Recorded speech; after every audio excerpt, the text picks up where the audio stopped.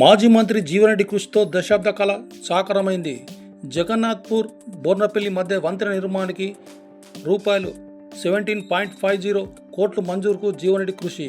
సాంప్రదాయ ఆదివాసీ డప్పు చప్పులతో మాజీ మంత్రి జీవన్రెడ్డికి జగన్నాథ్పూర్ ప్రజల కృతజ్ఞతలు తెలిపారు.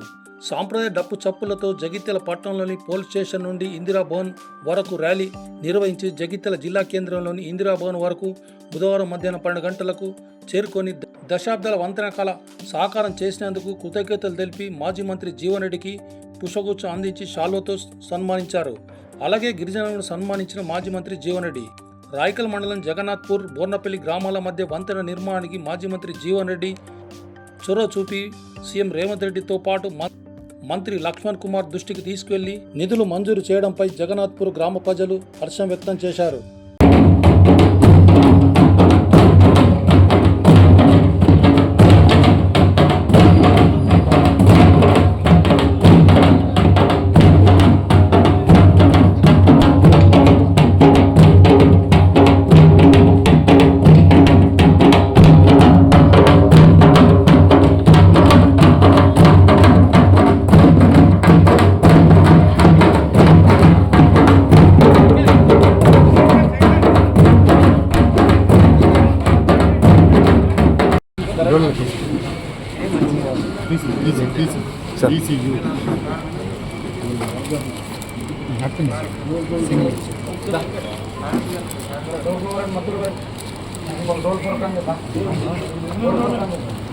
వన్ సైడ్ పట్టుకుంటే ఇంకోటి మన శంకర్ కూడా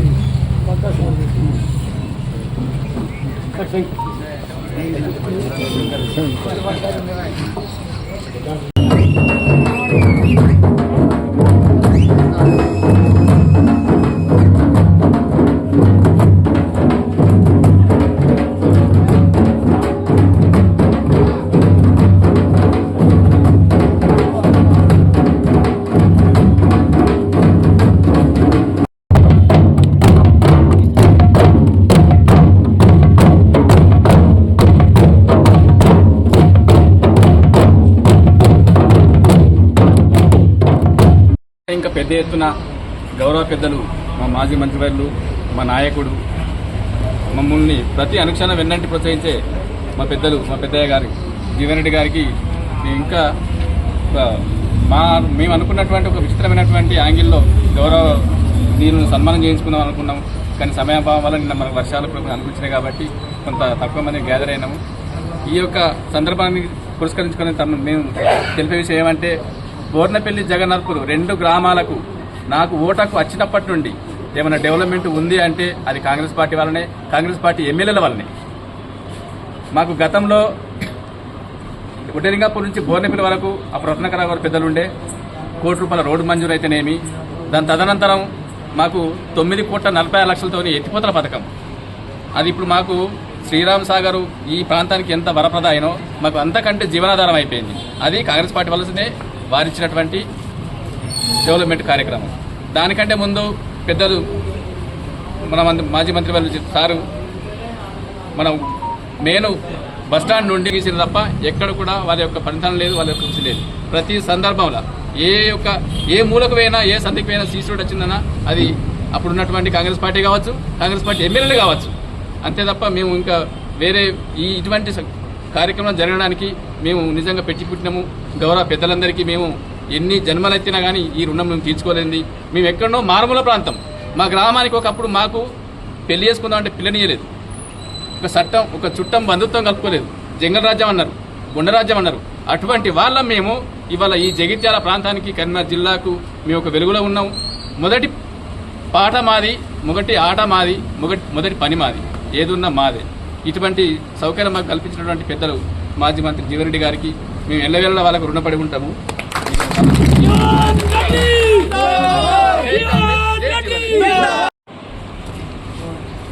వాస్తవంగా జగిత్యాల నియోజకవర్గానికి మాలమూల గ్రామాలు, పల్లెలు, అందున ఆదివాసీ గ్రామాలు అని చెప్పంటారు. కొమరం భీం ఆదివాసీ గ్రామాలు అటు జగన్నాథ్పూరే కానీ, బోర్నపల్లి కానీ, చిలకగూడెమే కానీ పూర్తిగా ఏదైతుందో సభ్య సమాజానికి దూరంగా విసిరేసినట్టున్నటువంటి యొక్క నివాసిత ప్రాంతాలు.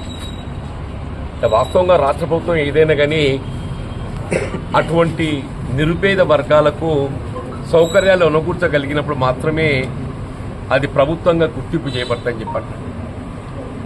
ఇవాళ జగన్నాథ్పూర్, బోర్నపల్లి, చిలకగూడెంతో నాకు అనుబంధం దాదాపు 20 సంవత్సరాలు అవుతుందని చెప్పంటున్నా. 2009లో నియోజకవర్గాల పునర్విభజనతో ఏదైతున్నదో మరి పల్లెలతో అనుబంధం ఏర్పాటు కాబడటం, అప్పుడు ఏదైతుందో గ్రామాలలో త్రాగునీటి ఎద్దడి ఉంటే అప్పటికప్పుడు ఇట్లు వచ్చిండు అందరూ వ్యాన్లో వస్తే ఏదైతుందో పైపులు ఇచ్చి పంపించాను. మీకు గుర్తుందో లేదు, పైపులు ఇచ్చి పంపిస్తే ఏదైతుందో త్రాగునీటి ఎద్దడి తీర్చే ప్రయత్నం జరిగిందని చెప్పండి. ఇవల్ల జగన్నాథ్పూర్ ఏదైతున్నదో మరి అక్కడ ఉండే సమస్యలు ఒకప్పుడు బోర్నపల్లి పరిస్థితి కూడా అదే విధంగా ఉండేది. కానీ అదృష్టం ఏంటంటే 2014లో తెలంగాణ రాష్ట్రం ఏర్పాటు కాబట్టంతో అనడం మీ అందరి యొక్క అభిమానంతో నేను శాసనసభ్యుడిగా ఎంపిక కావటం, రాష్ట్రంలో టీఆర్ఎస్ ప్రభుత్వం ఏర్పాటు కాబట్టి కూడా అప్పుడు మొత్తం నియోజకవర్గంలో ఉన్నటువంటి ఒక అత్యంత ప్రాధాన్యత సంతరించుకున్నటువంటి ఒక సమస్య బోర్నపల్లి గోదావరి వాగుపై ఏదైతుందో మరి వంత నిర్మాణం అనేటువంటి ఒక సమస్యను గుర్తించి మరి అప్పటి ప్రభుత్వం టీఆర్ఎస్ కేసీఆర్ గారి దృష్టికి తీసుకెళ్లటం, వారు కూడా ఏదైతుందో వెనువెంటనే ఏదైతుందో 70 కోట్లు మంజూరు చేయించి బోర్నపల్లి వంత నిర్మాణం చేసుకోవడం జరిగింది. బోర్నపల్లి వంతెన అయితే నిర్మాణం చేసుకున్నాం. బోర్నపల్లితో ఏదైతుందో మనము అటు ఆదిలాబాద్ జిల్లాతో సత్సంబంధాలు ఏర్పాటు చేసుకున్నాం. కానీ జగన్నాథ్పూర్ వాస్తవ్యుల కష్టాలు మాత్రం అట్లే ఉండిపోయినాయి. మరి జగన్నాథ్పూర్ వాస్తవ్యుల దశాబ్దాల కళ నెరవేరాలి. మరి నెరవేరటానికి ఏదైతే వాళ్ళ రాష్ట్రంలో కాంగ్రెస్ మన జిల్లా వాస్తవుడు అడ్లూరి లక్ష్మణ్ కుమార్ గారికి రావటం, మరి అడ్లూరి లక్ష్మణ్ కుమార్ గారు ఏదైతుందో బాధ్యతలు చేపట్టడంతోనే నేను వారి దృష్టికి తీసుకెళ్లి ఆర్థిక శాఖ అనుమతి పొంది ఇలా కేవలం ఏదైతుందో మరి మీ మంజూరు కొరకు అది వేచి చూస్తున్నది. ఇలా మీ చేతుల మీద మంజూరు చేసి మరి జగిత్యాల జిల్లా వాస్తవ్యులుగా మరి ఈ ప్రాంత వాస్తవ్యులుగా ఏదైతుందో మరి జగిత్యాల జిల్లాలో నెలకొన్నటువంటి ఒక ఈ గిరిజన బిడ్డలు ఆదివాసీల సమస్య పరిష్కారం చేయాలని చెప్పని నేను మిత్రులు లక్ష్మణ్ కుమార్ గారి దృష్టికి తీసుకెళ్లడంతో వారు వెంటనే అప్పటికప్పుడు నిమిషాల మీద చెప్పంటున్న ఫైల్ తెప్పించి మరి దీన్ని అనుమతి వసంగటం. ఇవాళ 17.5 కోట్లు 21/6 మనకు 25 రోజులని చెప్పంటున్నాయి. ఇవాళ వాస్తవంగా నాకు కూడా జీవితంలో ఏదైతే ప్రజా జీవితంలో మనం ప్రజా సమస్యల పరిష్కారానికి పాటుపడే అవకాశం మనకు రావటం ఒక విధంగా అదృష్టంగా భావించాలని చెప్పాలి. ఇలా మారుమూల ఆదివాసీ ప్రాంతాలైనటువంటి బోర్నపల్లి, జగన్నాథ్ లాంటి ప్రాంతాలు సేవ చేసేటువంటి అవకాశం నాకు రావటము నేను అదృష్టంగా భావిస్తామని చెప్పంటున్నాను. ఎవరు కూడా శాశ్వతం, రాజకీయ పదవులు శాశ్వతం కాదు, మానవ జీవితం కూడా శాశ్వతం కాదని చెప్పంటున్నాను. కానీ వాళ్ళకు తృప్తి ఏంటంటే బోర్నపల్లి, జగన్నాథ్పూర్ లాంటి ఆదివాసీ గ్రామాలకు ఏదైతుందో మరి వారికి రహదారి సౌకర్యం, వంతెన సౌకర్యం ఏర్పాటు చేసే అవకాశం నాకు కలగటం నిజంగా కూడా నేను అదృష్టవంతులు భావిస్తామని చెప్పంటున్నాను. దీని త్వరితగతి లోపలనే దీని టెండర్ ప్రక్రియ చేపట్టి త్వరితగతిలోనే టెండర్ ప్రక్రియ చేపట్టి మీకు దసరా లోపు ఏదైతుందో టెండర్ ప్రక్రియ ఒప్పందాలన్నీ కూడా పూర్తి చేయబడే విధంగా చర్యలు చేపట్టి ఈ వేసవిలో, ఎందుకంటే ఇప్పుడు వచ్చే వేసవి లోపల ఏదైతుందో మనం వంతెన నిర్మాణానికి అనువైనటువంటి ఒక సమయం చెప్పంటున్నాం. ఈ రాబోయేటువంటి ఒక వేసవిలో ఏదైతుందో ఈ వంతెన నిర్మాణం పూర్తి చేసుకొని మళ్ళీ ఈ దినం నాటికి ఏదైతున్నదో ఆ వంతెన మీదకి మనందరం కూడా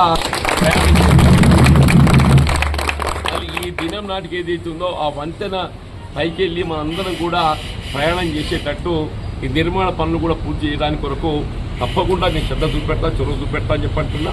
తప్పకుండా వంతెన నిర్మాణం ఏదైతుందో రేపు రాబోయేటువంటి ఒక ఈ వేసవిలో పూర్తి చేసుకొని మళ్ళీ ఈ దినం నాటికి ఏదైతే దానికి పైకి వెళ్ళేది అందరం కూడా మన వ్యవసాయ పనులే కానీ లేక మన బంధువులు, మిత్రులు మనకు కానీ అందరికి కలుసుకునేటట్టు మరి కార్యక్రమం చేపట్టబడి జరుగుతుంది.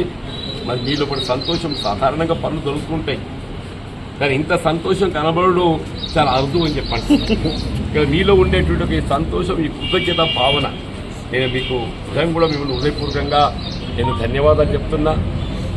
మన భవిష్యత్తులో ఇంకా ఇటు జగన్నాథ్పూర్ కానీ బోర్నపల్లి కానీ చెల్లిగూడెం కానీ లేదా ఇల్లు లేనటువంటి నిరుపేదలకు ఏదైతే ఇంటి బస్సు సౌకర్యమే కానీ ఇతరత్ర సౌకర్యం ఏది ఉన్నా కానీ మనం ఏదైతుందో జగన్నాథ్పూర్లో వ్యవసాయకంగా మనం పండించేటువంటి ఉత్పత్తులకు మరి వడ్లు తోకడానికి కొరకు మేము వాగు దాటిపోవడం మాకు కష్టమవుతుంది.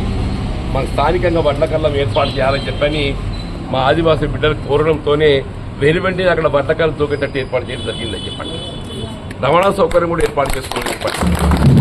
జగన్నాథ్పూర్లో ఎప్పుడు ఏ సమస్య ఉత్పన్నమైనా కానీ నన్ను ఒక ఆదివాసీ బిడ్డగా భావించండి, నన్ను ఒక మీ ఆదివాసీ బిడ్డగా భావించండి. ఎప్పుడు అక్కడ ఏ సమస్య ఉత్పన్నమైనా నేను మీకు అందుబాటులో ఉంటా. ఇక మన ప్రాంతంతో పాటుగా మల్లాపూర్ మండలం వివీరావుపేట వల్ల కూడా మంచి సౌకర్యం ఏర్పడిన వాళ్ళు కూడా ఫోన్ చేసి మాట్లాడింది. మల్లాపూర్ మండలం వివీరావుపేట వాళ్ళు కూడా ఫోన్ చేసి మాట్లాడింది. మీరు చేసిన పని ఏది కేవలం మీ పూర్ణపల్లి జగన్నాథ్పూర్ తండకే పరిమితం కాదయా, మా మల్లాపూర్ మండలకే పరిమితం కాదయా. మా మల్లాపూర్ మండల వాస్తవంలో కూడా మాకు పెద్ద సౌకర్యం మాకు అనుగుర్తుంది. ఇవాళ ఈ జగన్నాథ్పూర్ వంతెన నిర్మాణంతో ఏదైతుందో అటు పూర్ణపల్లి వంతెన మీదకి వెళ్ళి అటు గోదావరి దాటి అటు జన్నారం ఆ వైపు పోవడానికి వరకు ఏదైతుందో మాకు సౌకర్యాలు మెరుగవుతాయి. ఇంత మంచి కార్యక్రమం చేసినందుకు ఇలా కాంగ్రెస్ పార్టీ రేవంత్ రెడ్డి గారు ముఖ్యమంత్రిగా బాధ్యత చేపట్టడంతో ఏదైతుందో మన ప్రాంతంలో ఉన్నటువంటి దశాబ్దాల సమస్యలన్నీ కూడా కొలిక్కొచ్చేటట్టు కొట్టని కొట్టి నిన్న రైతు భరోసా అందరూ కూడా ఆశ్చర్యపోయింది. ఈ రైతు భరోసా ఏకకాలంలో ఏరువాక మనం పంట సాగు చేసే సమయానికి ఏదైతుందో పంట కాలానికి 6,000 రూపాయలు మొత్తం మందికి ఏదో వచ్చేటట్టు ఏదైతుందో దీన్ని అమలు చేయడం జరిగింది. కానీ మీ దగ్గర ఉండే సమస్య మీకు ఉన్నది. మీకు పట్టా లేకపోవడంతో ఏదైతుందో మీరు సాగు చేసుకుంటున్నా కానీ ఏదైతుందో దానికి సంబంధించినటువంటి ఒక ఓనర్షిప్ పట్టా లేకపోవడంతో మీరు ఈ రైతు భరోసా పొందలేకపోతున్నారు. నాకు తెలిసి ఈ సమస్య చెప్పాను. ఎప్పటికప్పుడు శంకర్ కానీ అందరూ కూడా నా దృష్టి తీసుకొచ్చిండ్రు. ఇవాళ మీకు జగన్నాథ్పూర్లో మీరు ఎవరైతే సాగు చేసుకుంటున్నారో మీ సాగులో ఉన్నటువంటి ఒక భూములకు మీకు పట్టాలు ఇప్పించే విధంగా నేను తప్పకుండా బాధ్యత తీసుకుంటా. ఎందుకంటే మీరు దశాబ్దాలకు వెళ్ళి సాగు చేసుకుంటున్న ఒక భూములకు పట్టాలు వసంగడమే ఇలా భూభారతి యొక్క లక్ష్యం అని చెప్పంటారు. ఇలా గతంలో ధరణితులు మనం ఏ సమస్యలు అయితే ఎదుర్కొన్నామో ఆ సమస్య అన్నింటి పరిష్కారం చూపెట్టే విధంగా ఇలా భూభారతి మనం ఏర్పాటు చేసుకున్నాం. ఈ భూభారతి ద్వారా ఏదైతున్నదో మన జగన్నాథ్పూర్లో భూ సమస్యలు అన్ని కూడా పరిష్కారం చేసుకుందాము. మీకు అందరూ కూడా పట్టాలు కల్పింపజేయడానికి కొరకు కూడా నేను చొరవ చూపెడతాను చెప్పని నేను మనవి చేస్తూ మరొక్కసారి మీకు అందరికీ నేను హృదయపూర్వక ధన్యవాదాలు చెప్తున్నాను. నేను వాళ్ళ ఇంత మంచి కార్యక్రమం ఇలా కాంగ్రెస్ పార్టీ రాష్ట్ర ప్రభుత్వం ఆధ్వర్యంలో చేపట్టబడ్డం నేను అందరికీ ధన్యవాదాలు చెప్తున్నా. నాకు ఇప్పటికి గుర్తుంది, అప్పుడు 2014 ప్రాంతంలో మొదటిసారి ఆ ప్రాంతాన్ని ప్రాంతీయ వైద్యులకు ఎమ్మెల్యే గెలిచింది. తెలంగాణ రాష్ట్రం ఏర్పడింది. అప్పుడు ఏదైతే ఉందో అప్పుడు ముఖ్యమంత్రి కేసీఆర్ గారు రాయకల్కి వచ్చి అందరూ కూడా ఒకటే సమస్య కోరినాం. మాకు ఏదైతే ఉందో అప్పుడు కేంద్ర మంత్రితో కూడా చెప్పినాం, వచ్చి ఈ వంతెన కావాలని చెప్పాను. దశాబ్ద కాలం గడిచినా కానీ ఇవాళ మళ్ళీ కాంగ్రెస్ పార్టీ చేతుల మీదుగా రేవంత్ రెడ్డి గారి ప్రభుత్వం మీదుగా జరగడం అనేది మరి నిజంగా కూడా నేనైతే దీన్ని అదృష్టంగా భావిస్తానని చెప్పాను. నేను దీన్ని కూడా ఇంకే కార్యక్రమం ఉన్నా కానీ మీకు అందుబాటులో ఉంటున్నా. మీ యొక్క సంతోషం ఎప్పటికి తినబడాలని చెప్పంటున్నా. నేను మరి పెద్ద ఎత్తున ఇంత సంబరంతో తప్పు వాయిద్యాలతో వచ్చి నాకు అభినందనలు తెలిపినందుకు మీకు అందరికీ హృదయపూర్వకంగా ధన్యవాదాలు చెప్తూ